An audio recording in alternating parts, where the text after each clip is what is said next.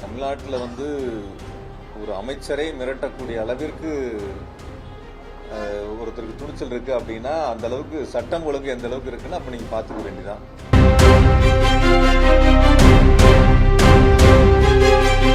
எந்த அரசாங்கம் இருந்தாலும் அதே அதிகாரிகள் தான் அங்க மின் வாரியத்தில் பணியாற்ற போறாங்க.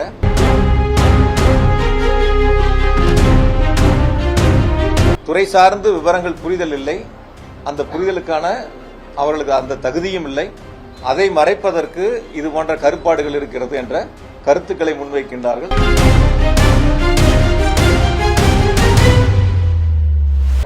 மின்சாரத்துறை அமைச்சராக இருக்கும்பொழுது மின்மாற்றிகள் வாங்கினதுல ஊழல் நடந்திருக்கு. ஒட்டுமொத்தமா அந்த கடந்த 5 ஆண்டுகள் இருந்த இதெல்லாமே இருந்த ஆட்சிகளுக்கான யாரோ சொல்லி அதை எடுத்துக்கக்கூடிய வாய்ப்புகள் இருக்கக்கூடிய பெயர் அதில். அதாவது இப்பதான் நீங்க கேள்வியில கேட்கும்போது சில கேள்விகளை முன் வச்சீங்க. அதாவது அரசு இப்ப நாங்க தேர்தல் முடிஞ்சு 1 மாசம் ஆச்சு, வாக்கு எண்ணிக்கை முடிச்சு. அதுக்கப்புறம் வந்து இன்னொரு புதிய அரசு வந்திருக்கு.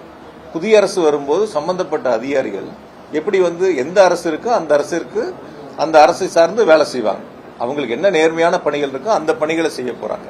அப்படிப்பட்ட ஆவணங்கள் வந்து நான் இப்ப சொன்னேன், அந்த டென்ட் டாக்குமெண்ட் ஒருத்தர் எடுக்கிறாங்கன்னா அதுக்கு எத்தனை கமிட்டி இருக்கு, அது எப்படி கடைசியா இறுதி முடிவு எடுக்கிறாங்க, அதுக்கு அனுமதி எப்படி கொடுக்கறாங்கிற வரைக்கும் சொல்லியிருக்கிறேன் நான். அதனால இதுல அவங்க தவறு யாரு வேணாலும் நடவடிக்கை எடுக்க வேண்டியதுன்னா அதை விட்டுட்டு ஒரு பதட்டத்தை உருவாக்குற மாதிரி ஏதோ இவர்கள் புதிய தவறுகளை கண்டுபிடிச்சு ஒரு பூதகரமா ஒரு பெரிய இதை கொண்டு வந்துட்ட மாதிரி ஒரு தோற்றத்தை உருவாக்குவதற்கான முயற்சி செய்யறாங்க. அந்த முயற்சி ஒருபோதும் எடுபடாது. இன்னைக்கு வந்து பாத்தீங்கன்னா துரை வைகோ வந்துட்டு உதயசூரியன் சின்னத்துல போட்டியிட்டது வந்து துரதிருஷ்டமான ஒன்று அப்படின்னு சொல்லிட்டு விமர்சனம் பண்ணியிருக்காரு. மேலும் வந்து தமிழகத்துல வந்து சட்டம் ஒழுங்கு ஆக்சுவலா வந்து பாத்தீங்கன்னா அவங்களுக்கு டைம் வேணும் அப்படின்னு சொல்லியிருக்காரு. எப்படி பாக்குறீங்க? இதுவரை எப்படி இருந்ததோ அப்படியே தான் இப்பவும் இருக்கு. கடந்த கால ஆட்சியிலே இப்படிதான் இருந்தது, அதனால இப்பவும் இப்படிதான் இருக்கு, சரி செய்வாங்க அப்படிங்கிற கடந்த ஆட்சியை வந்து நீங்க ஒரு தேர்தலில் கொடுத்த வாக்குறுதிகளுக்கு நீங்க கால அவகாசங்கள் கேட்கலாம். மாமே சீரு, அண்ணா சீரு, மகளிருக்கு 2500 ரூபா பணம் கொடுக்குறேன்னு சொன்னது, நிதி கொடுக்குறேன்னு சொன்னது, இதுக்கெல்லாம் நீங்க கால அவகாசங்கள் கேட்கலாம். சட்டம் ஒழுங்குக்கு ஒரு அரசாங்கம் வந்து கால அவகாசம்ங்கிறது நீங்க ஏத்துக்கிறீங்களா? முதல்ல சூலூர்ல இப்படி ஒரு துயர சம்பவம் நடந்துச்சு, அதை நீங்க மனதார ஏத்துக்கிறீங்களா? வேற நீங்க கொடுத்த மற்ற வாக்குறுதிகளுக்கு எப்படி வேணாலும் நீங்க கால அவகாசம் கொடுங்க, நீங்க ஒயிட் பேப்பர் போடுறேன்னு சொல்லுங்க, நிதிநிலை சொல்லுங்க, அது வந்து கால அவகாசம் கேட்பதுங்கிறது ஒரு அரசாங்கம் உட்கார்ந்துருக்கு கேட்கறாங்கிறத நம்ம சொல்றோம். ஆனா சட்டம் ஒழுங்குக்கு ஒரு அரசாங்கம் ஏறத்தாழ 20 நாட்களை கடந்து இன்னும் எங்களுக்கு கால அவகாசம் வேணும் என்பது இந்த அரசு மக்களிடத்தில் வாக்குகளை பெற்ற பொழுது சொன்ன வாக்குறுதிகளை நிறைவேற்ற முடியாமல் இந்த அரசு மக்களுடைய நன்மதிப்பை இழந்திருக்கிறது. எந்த இடங்கள்லையும் குறிப்பாக எந்த வேட்பாளர்களும் நீங்க கோயம்புத்தூர்ல சொல்லுங்க, 10 தொகுதியில நின்ற வேட்பாளர்கள் எத்தனை வேட்பாளர்கள் அந்த தொகுதி முழுவதும் சென்று மக்களை சந்தித்து வாக்குகளை சேகரித்தார்கள்? நீங்க பார்த்திருப்பீங்க எல்லாரும் கூட. எங்க கட்சி வேட்பாளர்கள் நின்னாங்க, எங்க கூட்டணி கட்சி வேட்பாளர்கள் நின்னாங்க, அதிமுக கூட வேட்பாளர் நின்னாங்க. அவங்களுடைய தேர்தல் சுற்றுப்பயணத்தையும் உங்களுக்கு வந்த சுற்றுப்பயணம் எல்லாம் வந்திருக்கும்.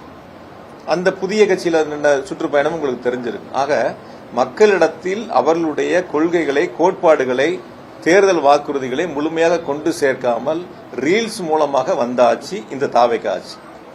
அரசு அமைந்த பிறகும் அதையே முயற்சி எடுக்கின்றார்கள். தொழில் முதலீட்டுக்காக இருக்கட்டும், மற்ற நிகழ்வுகளுக்காக இருக்கட்டும், அதே ரீல்ஸ் பயணத்தை தான் முன்னெடுக்கிறாங்க. இது ரியல் ஆட்சி இல்ல, ரீல்ஸ் ஆட்சி தான். நிச்சயமா மக்கள் இப்ப உணர்ந்திருக்கிறாங்க, இன்னும் போக போக முழுமையா உணர்வாங்க. கழகங்கள் மறையட்டும் அப்படின்னு சொல்லிட்டு ரஜினி ரசிகர்கள் புதுசா வந்து ஒரு இதை ஆரம்பிச்சிருக்காங்க.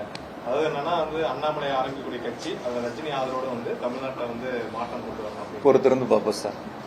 அதாவது என்னன்னா சார், ஒரு விஷயங்கள், திராவிட முன்னேற்ற கழகம் தொடங்கி 75 வருஷம் ஆச்சு. பல பேர் வந்து நான் திமுகவை அழிப்பேன் ஒழிப்பேன்னு வந்தவங்கலாம் அவங்க தான் அழிஞ்சு போயிருக்காங்க, ஒளிஞ்சு போயிருக்காங்க. திமுகங்கிறது ஒரு ஆலமரம். இன்னைக்கு செந்தில் பாலாஜி இருக்கலாம், துரை செந்தமிழ் செல்வன் இருக்கலாம், பக்கத்துல வந்து தொண்டாமுத்தூர் ரவி அண்ணன் இருக்கலாம், அல்லது வந்து அண்ணன் ராஜீவ்காந்தி அண்ணன் இருக்கலாம், யார் வேணாலும் இருக்கலாம். நாளைக்கு இன்னும் இதை தாண்டி எங்களை போல இன்னும் ஆயிரக்கணக்கான, லட்சக்கணக்கான, கோடிக்கணக்கான இளைஞர்கள் இந்த இயக்கத்துல பணி செய்வதற்கு தயாரா இருக்காங்க. அவங்களுக்கு தேவை அந்த வாய்ப்புகளை எங்களுடைய தலைவர் உருவாக்கிட்டு இருக்காங்க.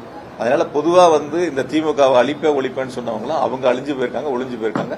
பல பேர் திமுக சொல்லணும்னா அரசியல் செய்ய முடியாது, அதனால அரசியலுக்காக அதை சொல்லிட்டு இருக்காங்க. அழிந்து போனார்கள் என்பதை வந்து அண்ணாமலை குறிப்பிடுறீங்களா? அழிந்து போனார்கள் சார், யார் நான் வந்து குறிப்பிட்ட பேர்லாம் சொல்லல. யார் திமுகவை அழிப்பேன் ஒழிப்பேன்னு சொன்னாலும் அவங்க அழிஞ்சு போவாங்க, அவங்க ஒழிஞ்சு போவாங்க. அது யாரா இருந்தாலும் சரி, யாரா இருந்தாலும் சரி. நான் பல முறை நானே கேட்டேன். நானே உங்ககிட்டயே தான் கேட்டேன். நான் ஒரு 10 பேட்டி அப்பதான் சொன்னேன் நான். அதனால அதுக்குள்ள போக வேண்டிய அவசியம் இல்லை.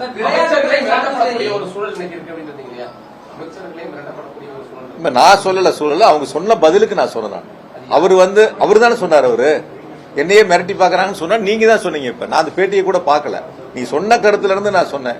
ஒரு அமைச்சரா இருக்கிறவர் என்னையே மிரட்டி பாக்குறாங்க அப்படின்னா, இப்ப யாரோ ஒருத்தர் மிரட்டக்கூடிய அளவுக்கு தைரியம் இருக்குன்னா அப்ப சட்டம் ஒழுங்கு எப்படி இருக்குன்னு நீங்க பாத்துக்க வேண்டியதான்.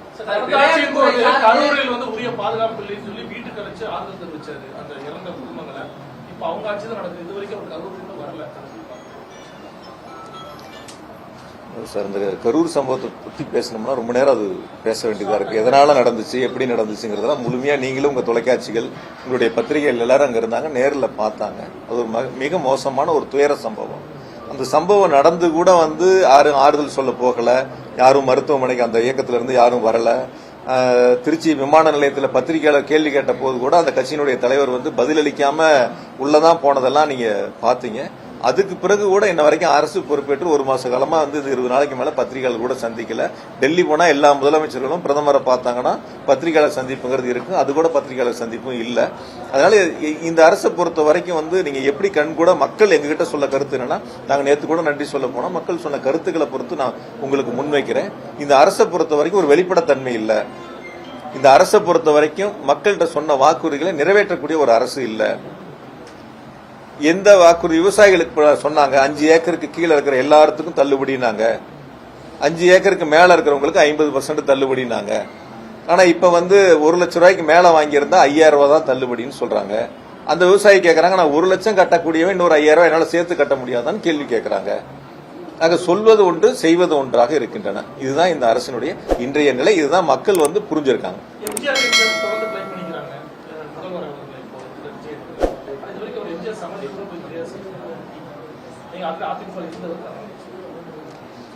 சார், சில நேரங்கள் சில அரசியல் கட்சியினுடைய தலைவர்களுடைய பெயரை பயன்படுத்தி அந்த வாக்குகளை தன் பக்கம் ஈர்ப்பதற்கான அந்த முயற்சிகளுக்கான மடைமாற்றமாக பயன்படுத்துறாங்க. அதான் ஒரு அமைச்சர் சொன்னாங்க, ஒரு கட்சியில இருந்து 90 விழுக்காடு எல்லாம் எங்ககிட்ட வந்து சேர்ந்துருவாங்க அப்படின்னு. அதான் அவங்களுடைய எதிர்பார்ப்பு.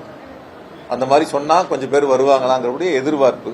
அந்த எதிர்பார்ப்பு வந்து அவங்களுக்கு எப்படி பூர்த்தியாங்கிறத அவங்க தான் பார்க்கணும்.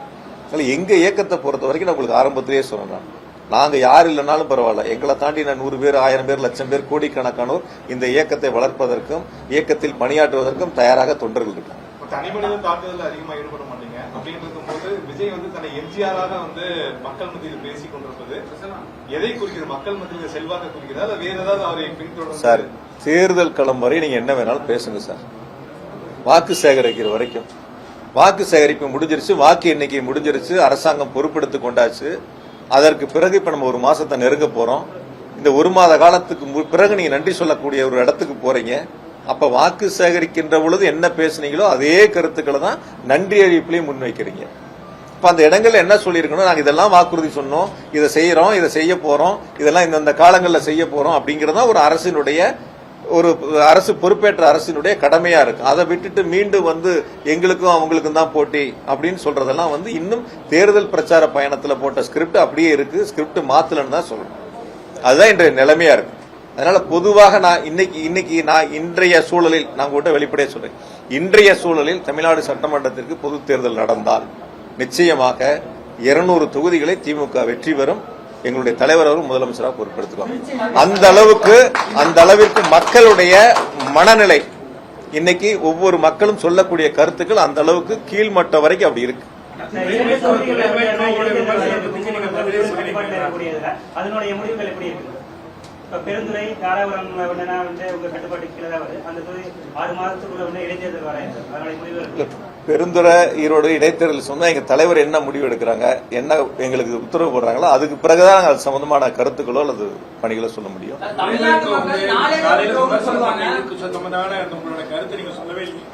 என்ன விமர்சனம் பண்ணிட்டாரு?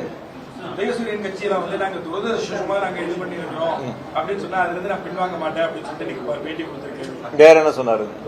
நிறைய சொல்லியிருக்கேன். தமிழ்நாட்டில் வந்து சட்டம் ஒழுங்கு மற்ற மாநிலங்களை கம்பேர் பண்றப்ப தமிழ்நாட்டில் சட்டம் ஒழுங்கு நல்லா இருக்குன்னு பேசியிருக்காரு. அண்ணாமலைக்கு அவரோட வாழ்த்து சொல்லியிருக்காரு, நிறைய பேசியிருக்காரு. அதாவது நான் தான் ஆரம்பத்திலேயே சட்டம் ஒழுங்கு சம்பந்தமா அவர் சொன்னதுதான் நான் பதில் சொன்னேன். எதுக்கு வேணாலும் நீங்க அவகாசங்கள் கொடுக்கலாம். சட்டம் ஒழுங்கு சம்பந்தப்பட்டது எந்த அரசாங்கத்துக்கும் ஒரு நாள் கூட அவகாசம் கொடுக்க முடியாது. சட்டம் ஒழுங்குல உடனுக்குடன் நடவடிக்கை எடுக்க வேண்டும். அது இந்த அரசாங்கம் நடவடிக்கை எடுக்க தவறிவிட்டது. தொகுதியின் முதல் பணி அப்படின்னு என்னவா இருக்கும்? அதே சமயம் பெரியார் நூலகம் வந்து 300 கோடியில வந்து முழுவதும் முடிஞ்சிருச்சு. நீ ஒரு மாதமாகி நீ அதுக்கான திறப்பு பணி உங்களுடைய சார்பா என்ன? எங்க தலைவர் கோயம்புத்தூருக்கு பிரச்சாரத்துக்கு வரும்போது முதலமைச்சராக இருந்து சொன்னாங்க, ஆட்சி பொறுப்பேற்றவுடன் முதல் நிகழ்ச்சியாக எங்களுடைய கோவையில பெரியார் அறிவுலகத்தை திறந்து வைக்க வருவேன்னாங்க. துரதிருஷ்டவசமாக ஆட்சி மாற்றம் ஏற்பட்டு புதிய அரசு வந்திருக்கிறது. அதுக்கு வந்து ஆய்வு பண்ணி பார்த்திருக்கிறாங்க. எப்ப திறப்பாங்கிறது தெரியல. நீ அவர்கள் எடுக்க வேண்டிய முடிவு அது. எப்ப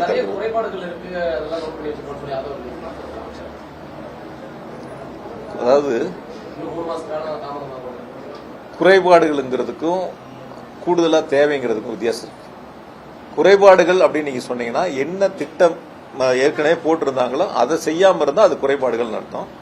அதுல கூடுதல் வசதிகள் தேவைப்பட்டா அது குறைபாடுகள் அல்ல. ஆக என்ன மதிப்பீடுகள் தயார் செய்யப்பட்டு என்ன வடிவமைப்பு செய்யப்பட்டதோ அதை முழுமையாக செஞ்சிருக்காங்க. அதுல எந்த விதமான மாற்று கருத்து இல்ல. அவங்க ஏதாவது கூடுதல் வசதிகள் ஏற்படுத்தணும்னா அதை ஏற்படுத்திக்கலாம். அது குறைபாடுன்னு சொல்ல முடியாது. முழுமையா அது அவருக்கு வார்த்தை தெரியாம சொல்லி இருந்திருக்கலாம். அவரு என்ன வார்த்தை பயன்படுத்தணும்னு தெரியாம சொல்லியிருக்கலாம். நீங்க சொல்லுங்க, குறைபாடுகளுக்கும் வித்தியாசம் சொல்லுங்க. குறைபாடுகள்னா நம்ம என்ன எஸ்டிமேட் பண்ணணுமோ என்ன செய்யணும்னு நினைச்சோமோ அதை செய்யாம விட்டு இருந்தா அது குறைபாடு. அதை முழுமையா செய்யும் பொழுது அது எப்படி குறைபாடாகும்? தொகுதி மக்களோட கோரிக்கைகளுக்காக முதல்வர் சந்திப்பீங்களா சார்? நன்றி சொல்லிட்டு இருக்கோம். தொகுதி மக்களுடைய கோரிக்கைகளை கேட்டுட்டு இருக்கோம். ஏற்கனவே நாங்கள் முழுமையா ஓரளவுக்கு செஞ்சிருக்கிறோம். மீதி ஏதாவது தேவைகள் இருந்தா கேட்டுட்டு அப்புறம் சட்டப்பேரவை கூட்டம் தொடங்குறதுனா மக்கள் பிரச்சனைகளுக்காகவோ இல்ல அரசு விமர்சிக்கக்கூடிய இல்லையோ அதிமுக திமுக ஒன்றிணைந்து சட்டப்பேரவை செயலாற்றக்கூடிய வாய்ப்புகள் இருக்குமா சார்?